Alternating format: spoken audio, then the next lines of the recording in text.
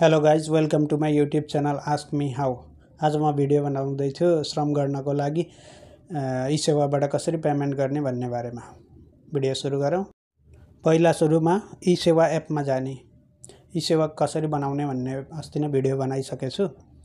ई सेवा एप खोल्ने अनि त्यसपछि ब्यालेन्स लोड गरेको हुनु पर्यो, एमाउन्ट। त्यहाँ तल स्क्रल गर्दै गएपछि तल हेर्दै जानु, कहाँ छ गभर्नमेन्ट पेमेन्ट भनेर लेखेको छ, यहाँ छ गभर्नमेन्ट पेमेन्ट।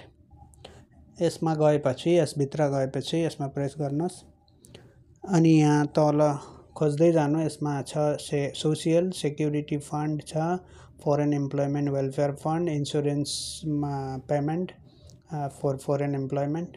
पहिला हेरौँ सोसियल सेक्युरिटी फन्ड है। अब सोसियल सेक्युरिटी फन्डमा प्रेस गरेपछि भित्र यस्तो खोल्छ। त्यहाँ सबमिसन नम्बर र इम्प्लोयर आइडी माग्छ। सबमिसन नम्बर भनेको एसएसआइडी हो अनि एम्प्लोयर आइडी भनेको नयाँ बनेर आएको हुन्छ एप्लाई गर्दाखेरि। यसरी इमेलमा आएको हुन्छ डोफेबाट, त्यो श्रम एप्लाई गर्दाखेरि डोफेबाट इमेलमा आएको हुन्छ यो दुईटा नम्बरहरू। अनि यसमा हो यो नम्बरहरू हालेर पेमेन्ट गरेपछि उहाँ पेमेन्ट हुन्छ। यो सबमिसन नम्बर भयो। एम्प्लोयर आइडी सबमिसन नम्बर चाहिँ यो एसएसएफ आइडीको सधैँभरि रहने हो। पहिला पनि श्रम गर्दाखेरि यही नै थियो, अहिले पनि यही नै छ, तर त्यो अर्को एम्प्लोयर आइडी चाहिँ चेन्ज भएर आउँछ जतिचोटि श्रम गरे पनि।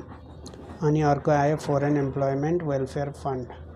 यसमा पासपोर्ट नम्बर हान्ने। यसमा पासपोर्ट नम्बर हानेर अब इन्डिभिजुअल हो भने इन्डिभिजुअल, अरू केही हाल्नु परेन। मेन पावरले गर्नु खोज्यो भने अर्को लाइसेन्स माग्छ। अर्को आयो फरेन इम्प्लोइमेन्ट इन्सुरेन्स फन्ड।